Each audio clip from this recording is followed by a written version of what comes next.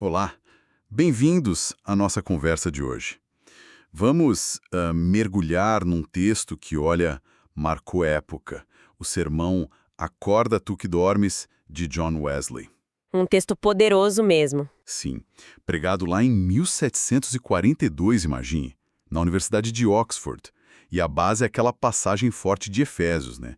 Desperta tu que dormes, levanta-te dentre os mortos e Cristo te iluminará. Direto ao ponto. E o próprio Wesley já meio que desenha o mapa do sermão, né? Exato. Ele diz que a missão é tripla. Primeiro, descrever quem são esses que dormem espiritualmente. Uhum. Depois, reforçar o chamado para despertar, para levantar mesmo. O chamado à ação. Isso. E, por fim, explicar a promessa. Cristo vai iluminar quem atender. A consequência positiva, a esperança. Parece simples na estrutura, né? Mas o conteúdo, uau! A linguagem é vigorosa, as questões sobre a nossa condição, a necessidade de transformação, é algo que, sério, faz a gente pensar até hoje. Com certeza. É um clássico por um motivo, né? Então, vamos lá. Ele começa falando desse sono e logo de cara ele esclarece, né? Não é o sono do corpo. Não. É o estado espiritual que ele via como natural da humanidade depois da queda.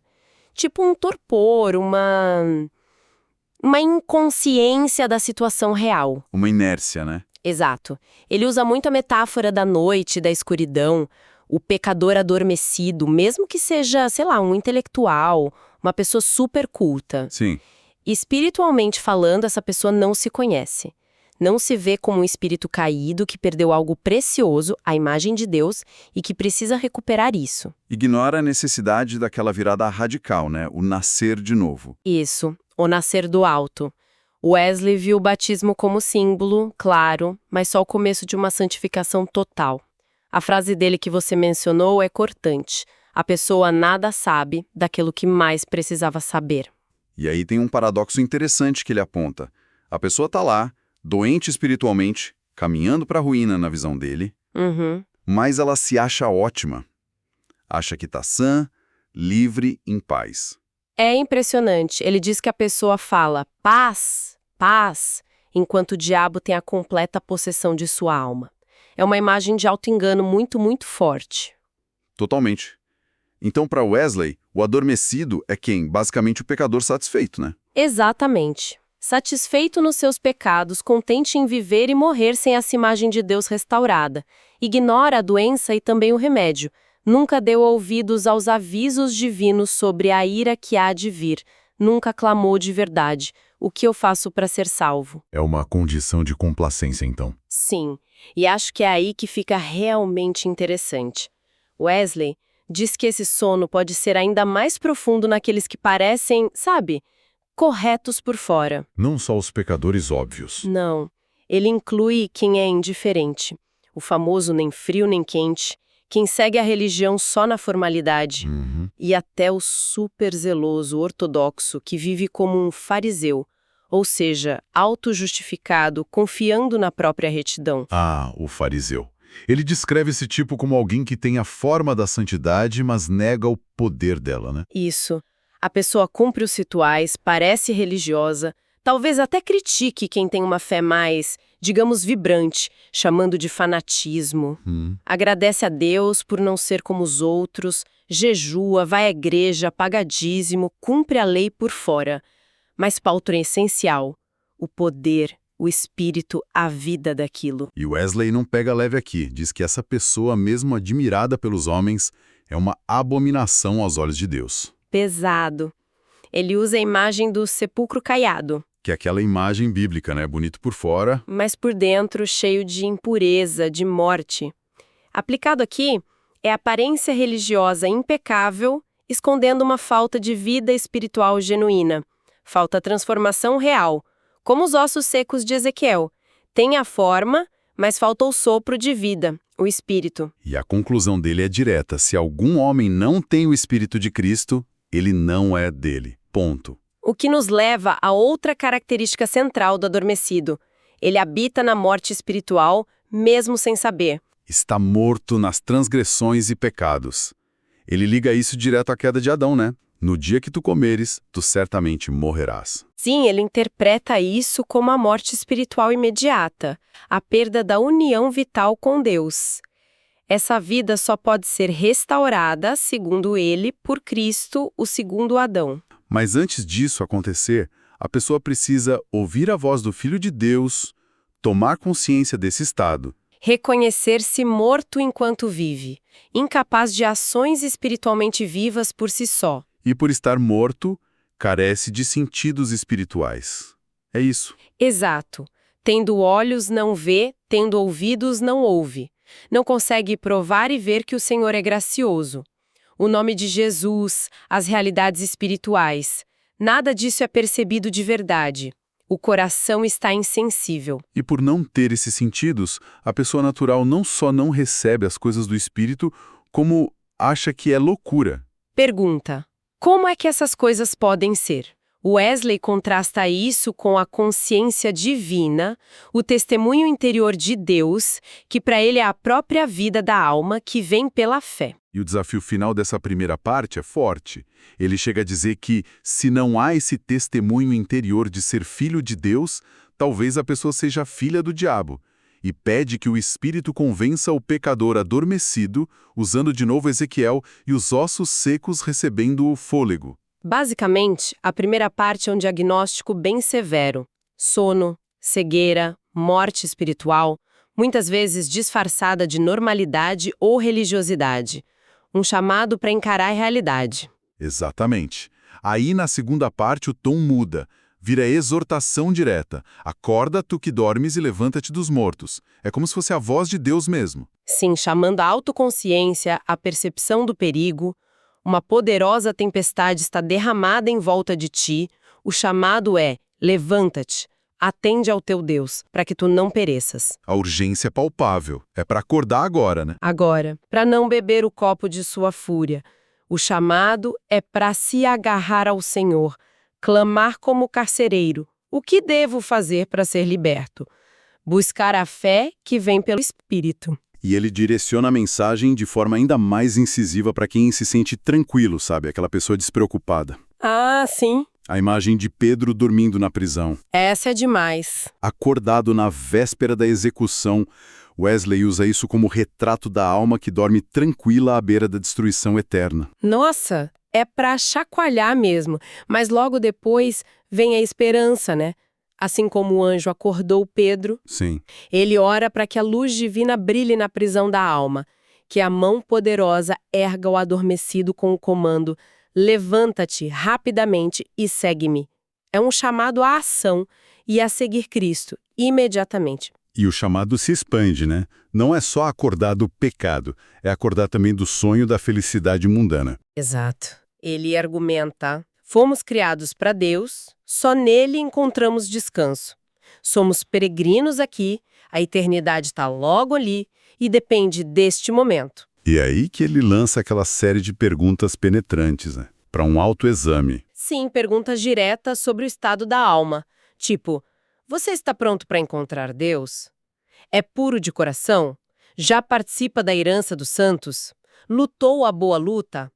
Garantiu a única coisa necessária? A imagem de Deus restaurada? Despiu-se do velho homem e vestiu-se do novo? São perguntas que vão cada vez mais fundo na experiência interior. Muito fundo. Tem óleo na candeia, ou seja, graça no coração? Ama a Deus totalmente? Tem a mente de Cristo?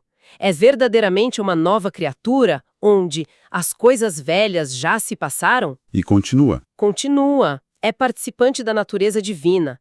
Sabe que Cristo está em si, a menos que seja réprobo.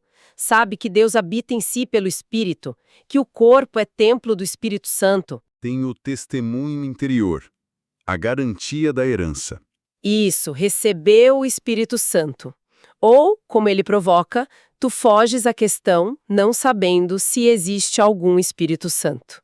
É quase um checklist da experiência cristã genuína, na visão dele. Ele até antecipa que essas perguntas podem ofender, né? Sim, mas ele argumenta que a ofensa nesse caso pode revelar que a pessoa ou não é cristã de verdade, ou não deseja ser. E que até orar pedindo a inspiração do Espírito sem crer que ela é real e pode ser recebida é zombar de Deus. Forte. E ele reafirma, com base na Bíblia e nos documentos da própria Igreja Anglicana. Sim, ele usa a liturgia e os artigos de fé para mostrar que a própria igreja falava dessa experiência. Receber o Espírito Santo é crucial. Define a verdadeira religião não como algo exterior, mas como participação da natureza divina. A vida de Deus na alma, Cristo formado no coração, justiça, paz e alegria no Espírito Santo, um reino interior. E as perguntas agora se voltam para o esforço pessoal. A pessoa vê a necessidade disso, está se esforçando, operando a salvação com temor e tremor. Agonizando para entrar pelo portão estreito, buscando a Deus sinceramente. Contudo. E aí ele desconstrói as falsas esperanças de salvação. Ah, sim. Não adianta só não fazer mal ou fazer o bem, ser moral, culto, respeitado. Nada disso isoladamente salva. A salvação vem pela graça, através da fé em Cristo, que veio salvar pecadores. A pessoa se reconhece como perdida, necessitada, pobre em espírito. Está disposta a sofrer perseguição por viver para Cristo. São perguntas que desmontam qualquer autojustificação. E a exortação culmina num apelo final para essa parte. Ouçam a voz que desperta os mortos. Não endureçam o coração. Despertem da morte espiritual agora, para não dormir na morte eterna. Abandonem as velhas companhias, o que afasta de Deus. Sai do meio deles e o Senhor irá receber a ti. E aponte para a terceira parte. Fazendo isso, Cristo te iluminará. Essa segunda parte é, então, pura convocação. Convocação à ação, a autoconsciência radical e a dependência total de Deus. Sair da teoria para a prática. Exatamente. O que nos leva à terceira parte, que é a promessa. Depois do diagnóstico e do chamado, vem o encorajamento. A luz no fim do túnel, né? Isso. Cristo te iluminará. Quem acorda e se levanta não busca em vão. Cristo dará a luz da graça aqui e a luz da glória no porvir. Tua luz deverá irromper como amanhã, porque ele é o sol da retidão. E o fascinante aqui é a natureza dessa luz. Não é só, entendimento intelectual. Não, né? É o próprio Deus se dando ao pecador que despertou. O crente se torna templo do Deus vivo. Cristo habita no coração pela fé. E isso capacita a compreender o amor de Cristo que, como Paulo diz, excede o entendimento. Então o chamado final é para isso. Ser habitação de Deus através do seu Espírito. E, por esse Espírito, ser santo aqui e já participar da herança na luz. São promessas grandiosas, né? Dadas aos que creem. Permitem conhecer as dádivas de Deus. O Espírito Santo é central nessa promessa, então. Totalmente. Wesley veria isso como o cumprimento das profecias do Antigo Testamento. Ele cita Ezequiel 36. Porei o meu espírito em vocês. E os levarei a andar nos meus estatutos. Exato. E Isaías 44. Derramarei o meu espírito sobre a tua posteridade. É o espírito que capacita a viver a vida de Deus. E Wesley afirma que todos podem ser testemunhas vivas disso, da remissão dos pecados e do dom do Espírito Santo. Sim, ele insiste. Tudo é possível para quem crê. Ele quase coloca as palavras na boca de Cristo. Filho, alegra-te, teus pecados foram perdoados. A justificação e a santificação vêm pela fé. É uma experiência acessível. E ele volta a martelar na definição de cristianismo verdadeiro como conhecimento experimental. Esta é a vida eterna, conhecer. Cristão é quem recebeu o Espírito. Quem não o recebeu não é cristão na visão dele, simples assim. E não dá para receber sem saber, ele argumenta. Cita João 14. Vocês o conhecem, já que ele habita convosco e deverá estar em vocês. Tem que ser consciente. Ele contrasta isso com a reação do mundo, que não pode receber o Espírito, o rejeita, blasfema. E ele usa palavras bem duras aqui, né?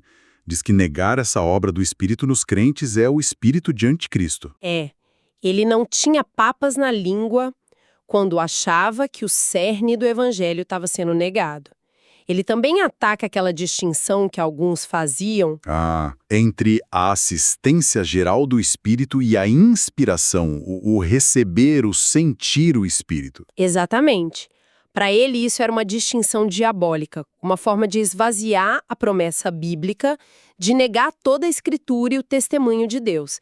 Era conversa fiada para manter uma religião morna. Ele até usa os textos litúrgicos da Igreja da Inglaterra para mostrar que a própria Igreja falava abertamente de... Consciência do Espírito, ser movido pelo Espírito, inspiração, ser preenchido com o Espírito Santo. Ele dizia negar isso é renunciar à própria Igreja e à revelação cristã. E refletindo sobre a resistência a essa mensagem, ele via isso como o quê? Cora, sabedoria de Deus, sendo considerada tolice para os homens. Ele lamentava que o mistério do Evangelho, essa experiência transformadora, fosse ridicularizada como fanatismo. E ele via isso como um sintoma de uma apostasia geral na época. Sim, ele descreve um quadro bem sombrio da sociedade inglesa, cheia de vícios, pecados abertos, uma decadência moral que o preocupava muito. Mas a crítica não parava aí, né? Atingia também quem evitava os pecados mais grosseiros. Exato. Aqueles cheios de orgulho, preguiça, cobiça, amor ao mundo, faltando o verdadeiro amor a Deus e ao próximo. Ele via as congregações divididas entre saduceus, que não criam no sobrenatural, e fariseus, com a forma sem vida. E ele não poupa nem os ouvintes universitários de Oxford. De jeito nenhum. Ele se inclui. Nós também somos corruptos e abomináveis. Compara a elite intelectual e religiosa a sal que perdeu seu sabor, falhando na sua vocação de iluminar a nação. Pesadíssimo. Isso leva a um aviso severo sobre o julgamento divino, então. Sim, Deus não se vingará de tal nação. A espada pode vir, o tempo para arrependimento estava se esgotando na visão dele. Havia o perigo real de Deus remover o castiçal. Que é a presença e a bênção de Deus, né? Exato. A menos que houvesse um retorno aos princípios da reforma e à simplicidade do evangelho. Podia ser a última chance. Mas o sermão termina com condenação final? Não. Apesar do tom muito sério, termina com uma súplica fervorosa por misericórdia e reforma. Um clamor para que Deus agisse em reforma, não em destruição. Para que os habitantes aprendessem retidão com os julgamentos divinos. Para que despertassem antes da catástrofe. Um pedido para que Deus se voltasse para eles e os restaurasse. Isso. A oração final é: mostra a luz de teu semblante e seremos completos. É um final de esperança, mas uma esperança condicionada à mudança, ao despertar. Uau! Que jornada para esse sermão! Em resumo, então, temos aqui um chamado incisivo, apaixonado de John Wesley. Uma convocação para sair da inércia espiritual, reconhecer a própria condição, buscar a intervenção divina e abraçar a promessa de luz, vida, transformação através de Cristo e do Espírito Santo. É intenso. Muito intenso. E atravessa os séculos, né? A gente lê hoje e ainda sente o impacto. Totalmente. Mas trazendo para a nossa realidade, o que fica dessa análise toda? O que a gente leva para pensar? Olha, uma reflexão que me parece central, especialmente por essa ênfase toda do Wesley na fé experimental, sabe? No testemunho interior do espírito, fica a pergunta, né? Como que indivíduos hoje, num contexto talvez mais secularizado, mais diverso, ou mesmo cético, poderiam abordar ou dar sentido a essas afirmações sobre uma realidade espiritual tão palpável, tão transformadora? Boa questão. De que forma essa busca por uma experiência direta de fé, que era o coração da mensagem dele, ressoa ou talvez desafia as perspectivas atuais sobre espiritualidade, sobre religião, sobre a própria vida interior? Acho que é algo para se pensar, né? Como essa busca por algo real e interno se encaixa no mundo de hoje. Uma ótima provocação para a gente continuar refletindo. Bom, essa análise fez parte da nossa série Sermões de Domingo. Na próxima semana, a gente volta com uma reflexão sobre um novo texto. Combinado. Que todos fiquem bem. Até a próxima.